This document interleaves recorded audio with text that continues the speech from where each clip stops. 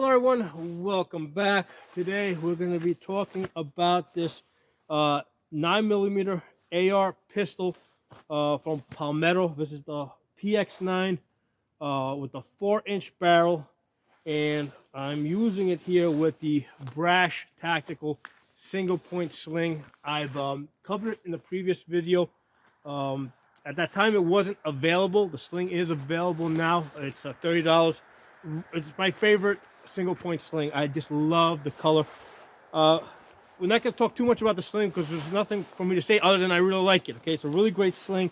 It matches up perfectly to this AR pistol, right? So the focus is going to be more on the pistol, but here's the thing: the pistol and the sling kind of go together as a unit because the sling is pretty much a holster for your gun, so you can go hands-free. You know, basically this is nice. You can just throw this over your back, right? You know, that works great. And then if you need to deploy it, just pull it around. Okay, so these two match up perfectly, right? You know, this sling with a gun this size, perfect. Okay, so I'll put a link below in the description to the sling in case you're interested in that. So let's talk about this AR pistol with the 4-inch barrel. Okay, I did a kind of like an initial impressions video on this. I've had a lot more time to work with this, and I have formed a more solid opinion. Some things I like, some things I don't like.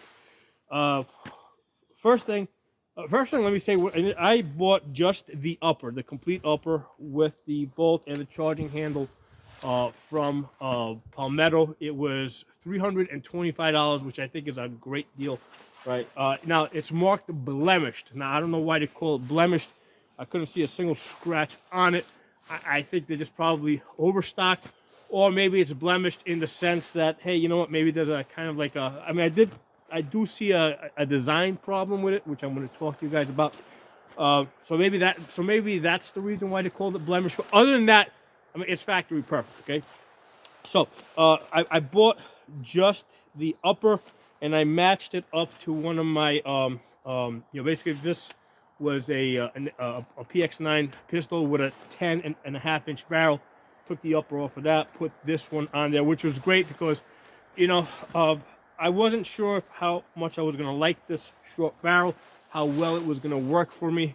So, you know, before I committed to buying the whole gun, I said, let me just get the upper, try that out, and if I decide I really like it, I'll go back and I'll get a dedicated lower for this gun. So, I did end up buying another a complete lower, right? But then I also ended up buying a complete upper in the 10-inch. I do find the 10 inches to be practical for most users. However, there is a niche for this gun. There is a place where this gun has a special purpose, and we're going to talk about that. So what's my problem with this thing, right?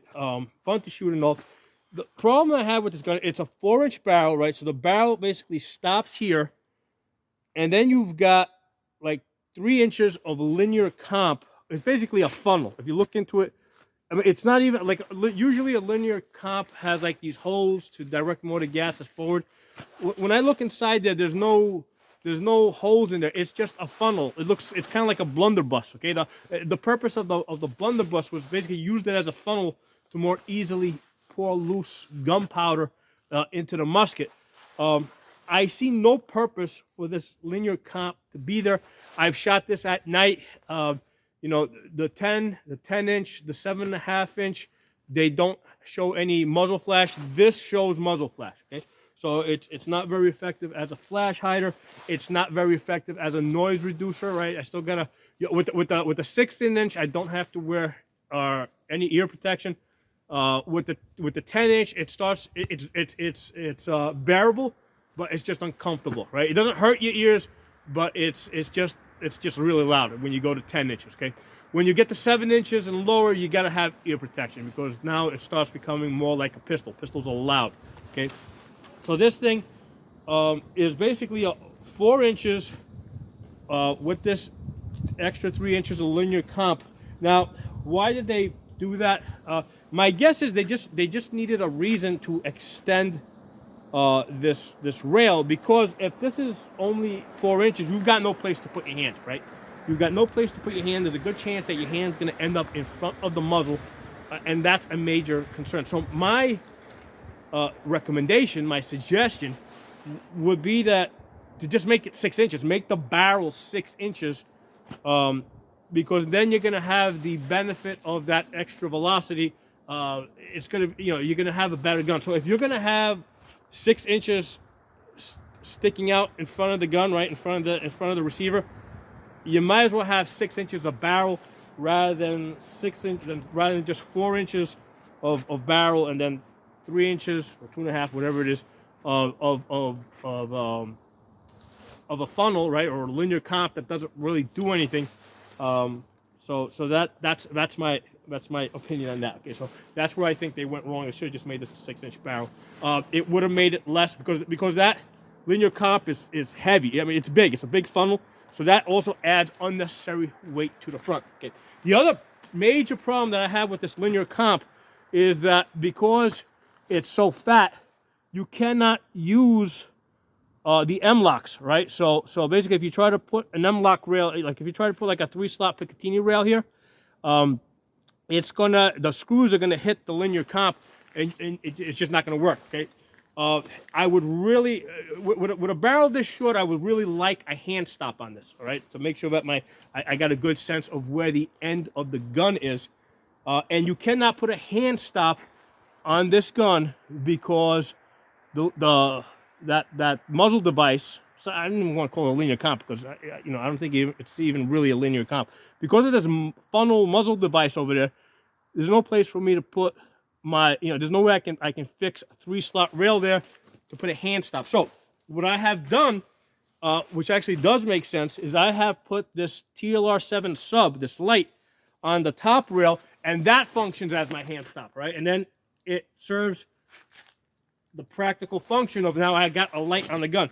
Now I do have the TLR1, which is bigger, more bulkier, and the height is about the same, so it's not like it obstructed my vision anymore.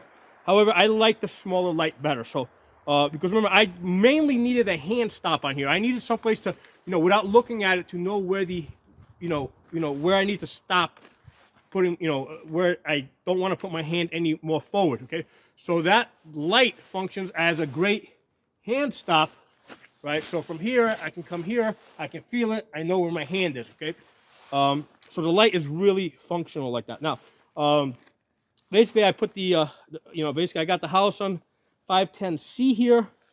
I did put on this 3x magnifier. Only reason I put it on there is so that you guys can just see how it looks, because I just think it looks cool. But easy on, easy off. Okay. I mean, you don't need it on the gun this short. Let's talk about the accuracy of this gun. Basically, I've been testing it out at 50 yards. I can get hits at 100 yards. Like I can hit a man-sized target at 100 yards, but some of the shots are going to go off paper. Okay, I'll show you guys a couple of groups I got here. So I just shot this today. I find the groups somewhat inconsistent. This is the second time I'm testing for accuracy. There is a little bit of wind today, but at 50 yards, it shouldn't make that much of a difference. So I shot 3 shots, and I got this really nice group over here, right? They're like, way off to the side. I got like an 1.5 inch group at 50 yards. I'm like, wow, this is amazing, right? I'm way off to the left over here. I said, okay, let me adjust the scope over it. So I moved it over a little bit, moved it up a little bit, and then I took another 4 shots. Okay, and I take 4 shots, and the group just opens up to like 6 inches. All right. So I think that these first 3 shots were just luck. Okay. Which sometimes happens. Oh, now it might also be the ammunition. I shot the same ammunition in all these shots, but sometimes, with this target ammo, you can get lucky. You might grab 3 rounds that are more consistent with each other versus the next time. So that's also a factor with target ammo. But I'm pretty sure that these 3 shots here were just kind of the luck of the draw. Okay, so I took 4 shots, and it opens up to 6 inches. And I say, okay, let me take another 3 shots, and I took 3 shots, and I get 2 inches this time. Okay, 2 inches. So if I was getting consistently 2 inches, I'd be really happy with this, because that's 4 MOA on the barrel this short. That'd be great. However, I think this, I would say let's call this let's call this a 5 MOA gun. Okay, let's call it a 5 MOA gun, because hey, maybe part of the issue is the ammunition I'm using. Maybe it's not consistent. You know, I'm definitely not gonna rely on these 3 shots over here, right? So let's, you know, and I don't want to rely on my one best group, which is 2 inches. I don't want to call this 4 MOA. So let's call it a 5 MOA gun. Okay. Let me put this down.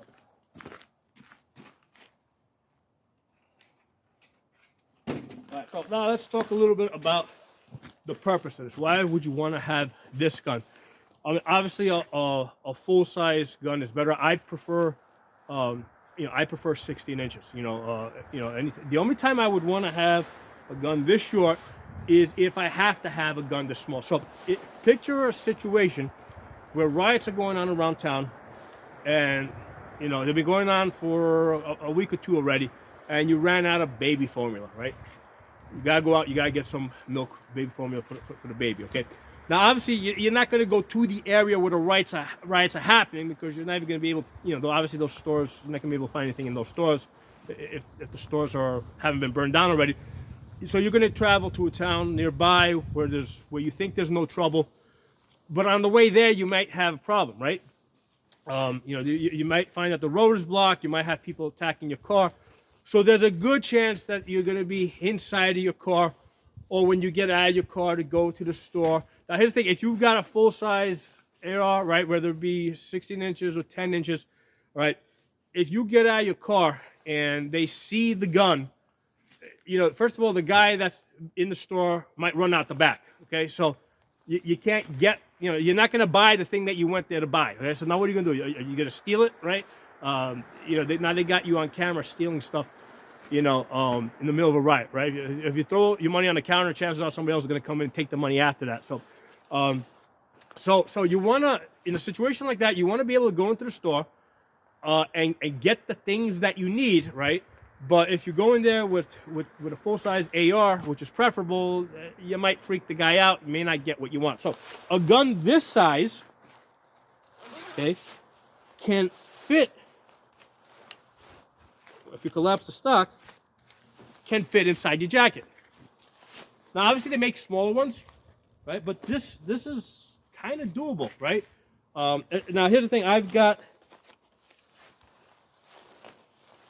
the SB4 on this over here right now, right? The SB4. You get the SB3, which is a little bit smaller. It's going to be even, it's a little bit thinner, it's a little bit more compact. Okay, so with the SB3, this is going to be even a little bit more comfortable inside of your jacket. But the point is that this can fit inside of your jacket. Okay, right?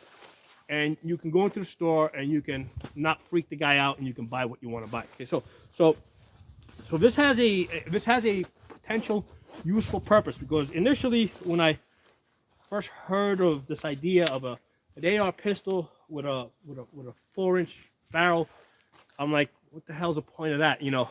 But in this context, I think it makes sense. Now, why go with a 9mm? Why not go with a 5.56? Well, here's the thing. Main issue that I have with 5.56 in short barrels is you get lots of muzzle flash, okay? And they are ridiculously loud, okay? With the 9mm, right, you don't need, first of all, there's going to be some muzzle flash with the short barrel, but it's nothing like 5.56. And you don't need a linear comp, right? With a 5.56, you have to have a linear comp on there, because otherwise it's like stupid loud.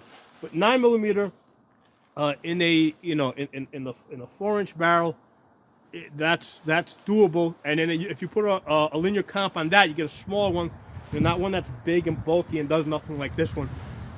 It's going to make the gun very, very practical. Okay, so I think in that scenario, this gun makes sense. Especially if you're driving in the car. Okay, point the camera down a little bit, make sure you guys can see me. Let me get behind the camera here. There you go. So this is a gun that you can drive. You know, you can drive your car like this, right? Right, and then from here you can deploy either side. Right, you can come all the way around behind you. Right, flip this over. You can go around back to the other side. Get you down on target. You can point this up, point it down. You've got a lot of flexibility with this setup, right? With the short barrel and with this single point sling that I got here from Brash Tactical. It's only $30, so you know, great deal. Something for you guys to play around with.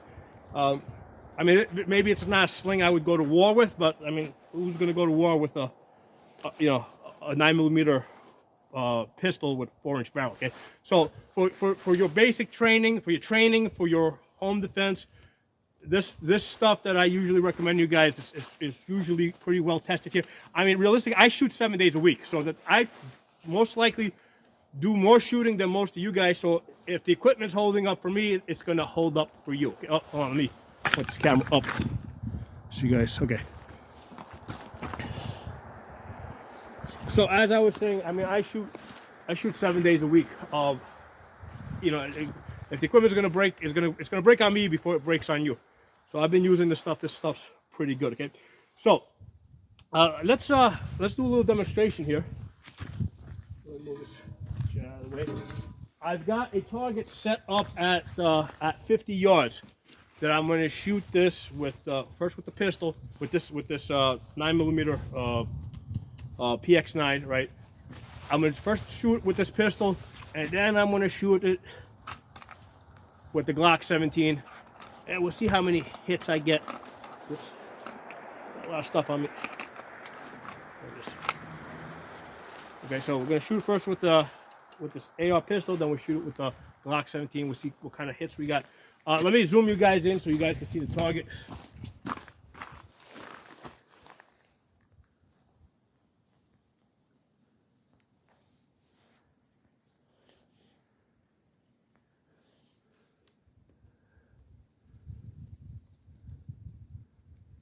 Where are you? There it is.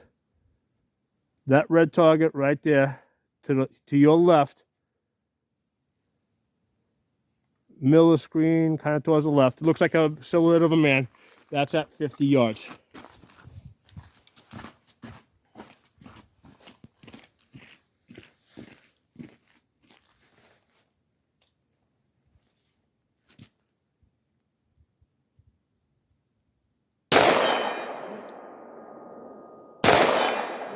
You guys can hear the dings.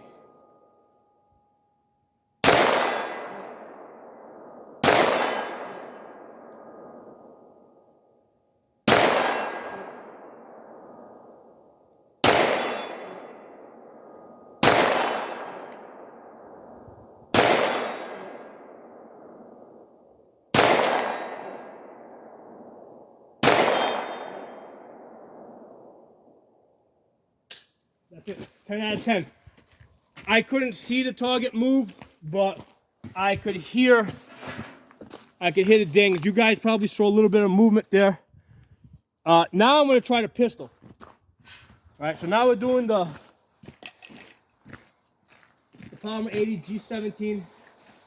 Same distance, 50 yards. I'm standing in the same exact position. Let's see how many hits I can get.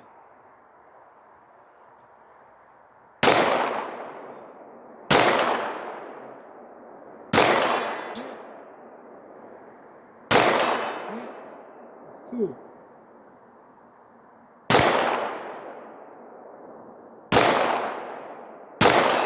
Three.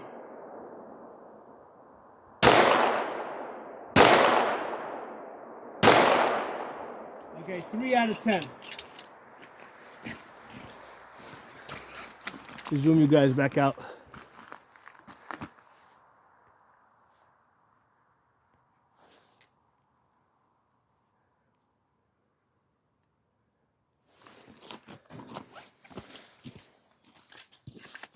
Safety check. Safety check in here. Okay. So we got 10 out of 10 with this at 50 yards. 3 out of 10 with this And the only reason why, now I wasn't benched or anything. I was just standing. You guys couldn't see I was standing. With the, with the rifle, I was standing like that, shooting like that. Pistol, I was like that. So that's standing. That was not supported. Okay, I should have mentioned that. So that wasn't a question in your minds. But 10 out of 10 with this on the 4-inch, and 3 out of 10 with this Palmetto Palmetto. No, this is the Palmetto. That's the Palmer 80 G17. That's got the house on 507 ACSS. From a benched position, I can get good hits on this. I can get usually 6 out of 10 from a benched position. But standing, I'm just not as stable. With this, I'm a lot more stable, right? I got more points of contact with this. So with this, I'm a lot more stable. So there it is, man. That's my review on this gun. For a situation where you cannot have a bigger gun, right? I'd rather have the biggest gun I could possibly have. Not the biggest. I'm not gonna be walking around with a freaking 50 caliber. I'd rather have a 16-inch AR that shoots 5.56. Okay, that's what I would rather have. But in some situations, like we mentioned earlier, a riot situation where you just gotta go out into the public to get some stuff, you may not be able to have a full-size gun. This is a very concealable option that you can have, so you can basically bring along a real gun, and then you can still have your backup gun over here. Okay. You know what? I am just curious as hell right now. You know what? I got the Glock there. I just put that there for the purpose of the video. Back here, I got my G43. Let's see how many hits we can get out there with the G43. Let's see if let me move you guys back out.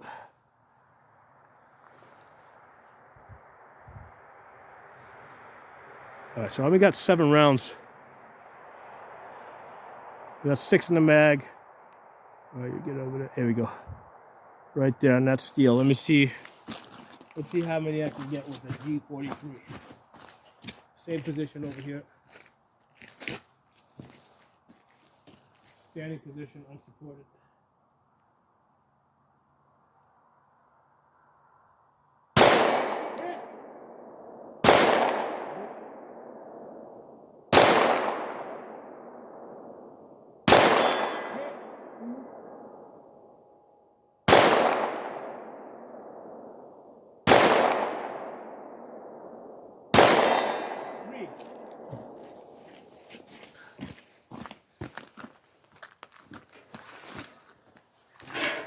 Let me zoom you guys back out.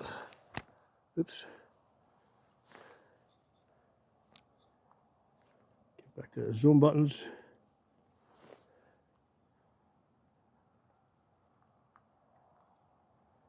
There we go. So not too bad, right? 3 out of 7 with the Palmer 80 G43. Same ammo. I have the same exact ammo. I think it's like Max Tech or some crap like that. Just cheap target ammo. 3 out of 7 with the Glock 43 standing unsupported.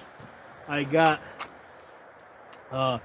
3 out of 10 with this, so I wasn't as good with this. Normally I hit more. I mean, you can't be Superman every day. But 10 out of 10 with this baby, okay? Again, there's all 50 yards that we're testing here. So, I hope you guys enjoyed this video.